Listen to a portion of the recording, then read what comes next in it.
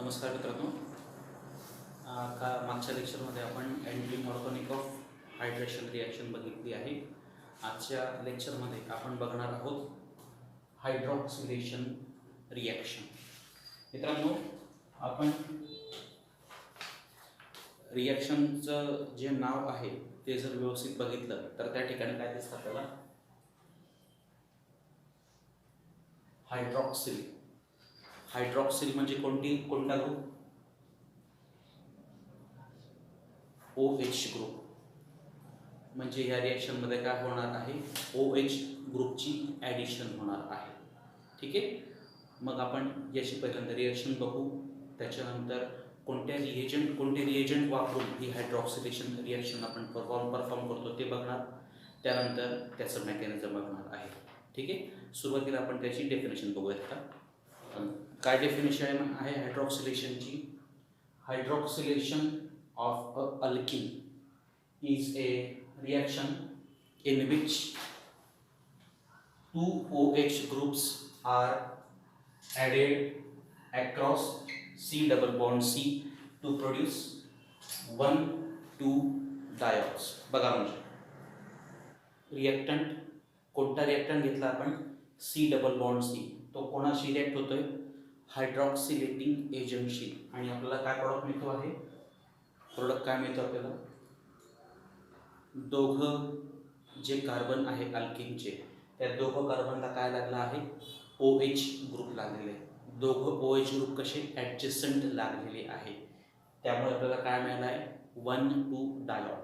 परत लक्षात घ्या, काय डेफिनेशन आहे हायड्रॉक्सिलेशन रिएक्शन? या रिएक्शनमध्ये काय होत आहे? 2 OH ग्रुप ॲड होत आहे. कशामध्ये ॲड होत आहे? Across C double bond C. आणि प्रोडक्ट काय मिळतोय? 1,2 डायॉल्स. बघा, आपला हा C डबल बॉन्ड C हा आपला आहे रिॲक्टंट. हा हायड्रॉक्सिलेटिंग एजंटशी रिॲक्शन करतो आणि आपल्याला काय प्रॉडक्ट मिळतो आहे? 1,2 डायॉल हा प्रॉडक्ट मिळतो आहे. So hydroxylation is a reaction in which 2 OH group are added across C double bond C to produce 1,2 diols. ठीक आहे. आता हायड्रॉक्सिलेटिंग एजंट्स कोणकोणते आहेत? कोणकोणते रिॲक्शनने कोणकोणत्या एजंटने हायड्रॉक्सिलेशन आपण करू शकतो ते आपण बघूयात आता. बघा मित्रांनो, आपण आता बघतो हायड्रॉक्सिलेटिंग एजंट. ज्या एजंटमुळे हायड्रॉक्सिलेशन रिॲक्शन परफॉर्म होते त्या एजंटला आपण कोणते एजंट म्हणणार? हायड्रॉक्सिलेटिंग एजंट. मग हायड्रॉक्सिलेशन रिॲक्शन ह्या 3 एजंट्सच्या पद्धतीने माध्यमातून आपण करू शकतो. पहिल्या रिएजंटचं नाव आहे पोटॅशियम परमॅंगनेट, KMnO4. आपल्या लॅबोरेटरीमध्ये आपण पर्पल कलरचं सोल्युशन बघत असतो, ते आहे पोटॅशियम परमॅंगनेटचं. त्याचा उपयोग करून आपण हायड्रॉक्सिलेशन रिॲक्शन परफॉर्म करू शकतो. दुसरा आपला एजंट आहे ऑस्मियम टेट्रॉक्साइड, OSO4. याच्या मदतीने सुद्धा आपण हायड्रॉक्सिलेशन रिॲक्शन परफॉर्म करू शकतो. आणि तिसरा आणि शेवटचा जो एजंट आहे त्या एजंटचं नाव आहे परऑक्सी ॲसिड. बघा मित्रांनो, ॲसिडचा जनरल फॉर्म्युला काय? हा आपला कार्बोक्सिलिक ॲसिडचा फॉर्म्युला आहे. किती ऑक्सिजन दिसत आहे त्या ठिकाणी? 2 ऑक्सिजन आहे. पण याच्यामध्ये समजा आपण अजून एक ऑक्सिजन ॲड केला तर हे जे तयार होतं त्याला म्हणायचं आहे परऑक्सी ॲसिड. या परऑक्सी ॲसिडच्या मदतीने सुद्धा आपण हायड्रॉक्सिलेशन रिॲक्शन घडवून आणू शकतो. Okay. So there are 3 hydroxylating agent. One is potassium permanganate, other is osmium tetroxide, and last one is peroxy acid. By using these 3 reagents we can perform hydroxylation reaction. Okay. बघा मित्रांनो, हा आहे आपला alkene हायड्रॉक्सिलेटिंग एजंटशी react होतोय. Product काय मिळणार? 1,2 डायऑक्स. म्हणजे दोघं कार्बनला काय लागणार आहेत? हायड्रॉक्सिल ग्रुप लागणार आहे. आता हे जे 2 हायड्रॉक्सिल ग्रुप आहेत ते 2 पद्धतीने लागू शकतात. पहिली पद्धत आहे अल्किन हायड्रॉक्सिलेटिंग एजंट. कोणकोणते आहेत? KMnO4 असेल, ऑस्मियम टेट्रॉक्साइड असेल, परऑक्सी ॲसिड असेल. या 3 पैकी कोणत्याही हायड्रॉक्सिलेटिंग एजंट वापरून आपण हायड्रॉक्सिलेशन रिॲक्शन केली. त्यामध्ये आपल्याला काय प्रोडक्ट मिळू शकतो, हे जे दोन OH ग्रुप आहे एकतर ह्या डबल बॉन्डच्या एकाच बाजूने ॲड होतात. ही जी प्रोडक्ट मिळालं आहे याला म्हणायचं आपण काय म्हणणार आपण सिस हायड्रॉक्सिलेशन किंवा सीन हायड्रॉक्सिलेशन. इथे काय दिसतं आपल्याला, दोघं जे OH ग्रुप आहेत त्या डबल बॉन्डच्या अपोजिट साईडने ॲड झाला. एक OH ग्रुप खालच्या बाजूने ॲड झाला आहे, दुसरा OH ग्रुप वरच्या बाजूने ॲड झाला आहे. याला आपण काय म्हणणार मग ट्रान्स हायड्रॉक्सिलेशन किंवा अँटी हायड्रॉक्सिलेशन. मग कोणते रिएजंट सिस हायड्रॉक्सिलेशन देतात, कोणते रिएजंट ट्रान्स हायड्रॉक्सिलेशन देतात ते आता आपल्याला बघायचं आहे. बघा काय सांगितलं आपण, alkene on reaction with hydroxylating agent can give two types of product. In the first product, both OH groups are added from the same side of the double bond. It is called as cis hydroxylation or a syn hydroxylation. On the other hand, if two OH groups are added from the opposite side of the double bond, that product is called as trans hydroxylating product or anti hydroxylation. Now we are going to see which reagents gives cis hydroxylation. Okay, बघा मित्रांनो आपण आता बघतोय सिस hydroxylation. सिस हायड्रॉक्सिलेशनमध्ये दोघं जे OH group आहेत ते डबल बॉन्डच्या एकाच साईडने ॲड होतात. बघा काय म्हटलं आपण, two OH groups are added from the same side of the double bond. हा अल्किन आहे आणि आपला हा 1,2 डायऑक्स मिळाला. दोघं जे OH ग्रुप आपल्याला दिसत आहेत ते डबल बॉन्डच्या एकाच बाजूने ॲड झालेले दिसत आहेत. हे जे प्रोडक्ट मिळालं याला आपण म्हणतो सिस हायड्रॉक्सिलेशन किंवा सीन हायड्रॉक्सिलेशन. मग सिस हायड्रॉक्सिलेशन परफॉर्म करण्यासाठी आपल्याकडे दोन रिएजंट आहेत. पहिल्या रिएजंटचं नाव आहे पोटॅशियम परमॅंगनेट आणि दुसऱ्याचं नाव आहे ऑस्मियम टेट्रॉक्साईड. हे दोन रिएजंट समजा आपण अल्किनमध्ये टाकले, दोनपैकी कोणताही एक रिएजंट, सपोज आपण काय टाकलं त्याच्यामध्ये KMnO4 टाकला तर आपल्याला काय मिळणार आहे, सिस हायड्रॉक्सिलेशनचं प्रोडक्ट मिळणार. किंवा आपण टाकला ऑस्मियम टेट्रॉक्साईड तरी आपल्याला काय मिळणार आहे, सिस हायड्रॉक्सिलेशनचं प्रोडक्ट मिळणार आहे. मग आता हे कशा पद्धतीने याचं मेकॅनिझम होतं ते आता आपण बघूया. आपला स्टार्टिंग कंपाऊंड आहे सिस 2 ब्युटीन. सिस का बरं आहे, सेम ग्रुप डबल बॉन्डच्या एकाच बाजूला आहे. दोघं मिथिल ग्रुप डबल बॉन्डच्या वरच्या बाजूला आहेत आणि दोघं हायड्रोजन डबल बॉन्डच्या खालच्या बाजूला आहेत. Same group on the same side of the double bond, that compound is called as cis compound. So it is a cis 2 butene. हा सिस 2 ब्युटीन समजा आपण आता रिॲक्ट करतो आहे KMnO4. KMnO4चं K+ आणि MnO4- याचं अशा पद्धतीचं आपण चार्ज सेपरेशन करू शकतो.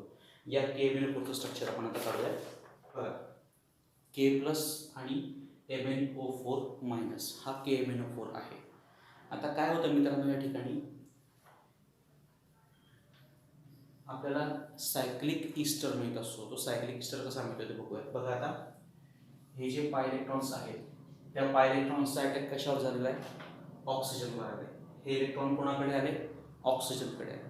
ऑक्सिजनकडे आलेले एक्स्ट्रा इलेक्ट्रॉन त्याने कोणाकडे दिले, मॅंगनीजकडे. इथे एक्स्ट्रा इलेक्ट्रॉन येत आहे, ऑक्सिजन त्याच्यापेक्षा जास्त इलेक्ट्रोनिगेटिव्ह ते इलेक्ट्रॉन स्वतःकडे खेचतो आणि त्या इलेक्ट्रॉन थ्रू तो या दुसऱ्या कार्बनवर अटॅक करत असतो. बघा आपल्याला मग काय मिळणार, परत लक्षात घ्या, पाय इलेक्ट्रॉनचा अटॅक कशावर झाला, ऑक्सिजनवर झाला. या कार्बन आणि ऑक्सिजनमध्ये काय होणार आता, बॉन्ड फॉर्मेशन. बघा या कार्बनने कशावर अटॅक केला आहे, या ऑक्सिजनवर. ऑक्सिजन आणि कार्बनमध्ये काय होणार, बॉन्ड फॉर्मेशन. ऑक्सिजनकडे आलेले इलेक्ट्रॉन त्याने कोणाकडे दिले, मॅंगनीजकडे. डबल बॉन्डचं कन्व्हर्जन कशामध्ये होणार, सिंगल बॉन्ड. आणि मॅंगनीजकडे आलेले इलेक्ट्रॉन कोणी खेचून घेतले, ऑक्सिजनने. आणि त्या इलेक्ट्रॉनचा वापर करून त्याने कशावर अटॅक केला, या कार्बनने. बघा आता अशा पद्धतीने आपल्याला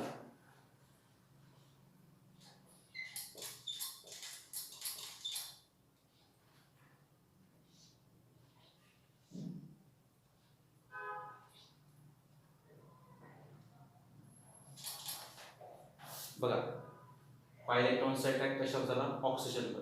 कार्बन आणि ऑक्सिजनमध्ये काय होणार, बॉन्ड फॉर्मेशन. ऑक्सिजनकडे एक्स्ट्रा इलेक्ट्रॉन कोणाकडे शिफ्ट झाले, मॅंगॅनीजकडे. डबल बॉन्डचं कन्व्हर्जन कशात झालं, सिंगल बॉन्डमध्ये. आणि मॅंगॅनीजकडे इलेक्ट्रॉन कोणी खेचून घेतले, ऑक्सिजन. आणि त्याच्या उपयोगाने त्याने या कार्बनवर अटॅक केला. म्हणजे या ऑक्सिजन आणि कार्बनमध्ये काय होणार, बॉन्ड फॉर्मेशन. हा आपल्याला तयार झाला. काय तयार होतो, सायक्लिक इस्टर.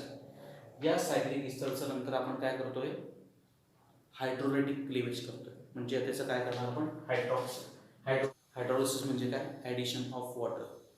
Mn आणि हा बॉन्ड ब्रेक होणार आणि या ठिकाणी काय लागणार, OH लागणार. Mn आणि हा बॉन्ड ब्रेक होणार आणि या ठिकाणी काय लागणार, OH लागणार. बघा प्रॉडक्ट काय मिळतो आपल्याला.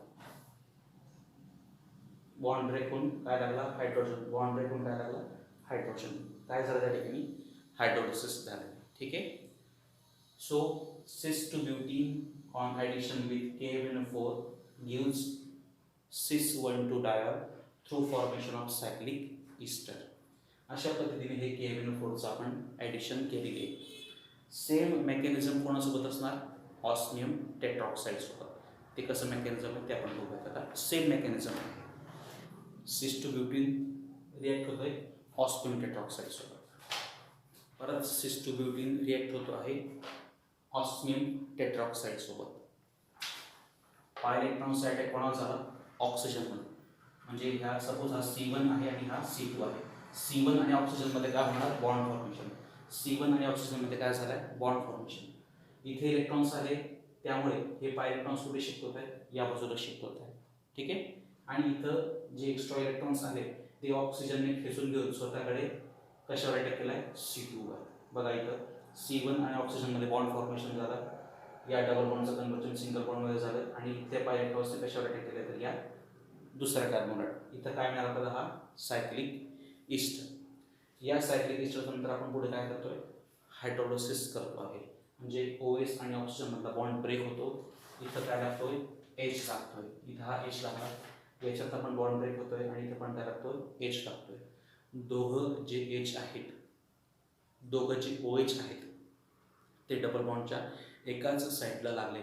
म्हणून आपल्याला काय मिळालं आहे, cis 1,2 डायल, sin 1,2 डायल किंवा मेसो डायल मिळाला.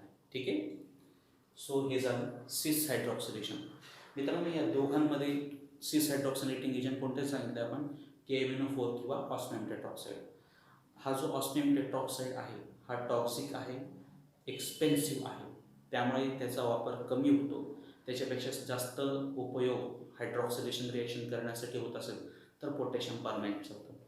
मित्रांनो आपण मागे सांगितल्याप्रमाणे ज्यावेळेस ऑर्गॅनिक क्वालिटेटिव्ह ॲनालिसिस करतो, कंपाऊंड सॅच्युरेटेड आहे की अनसॅच्युरेटेड आहे शोधण्यासाठी आपण कोणती रिॲक्शन करतो, ॲक्शन ऑफ KMnO4.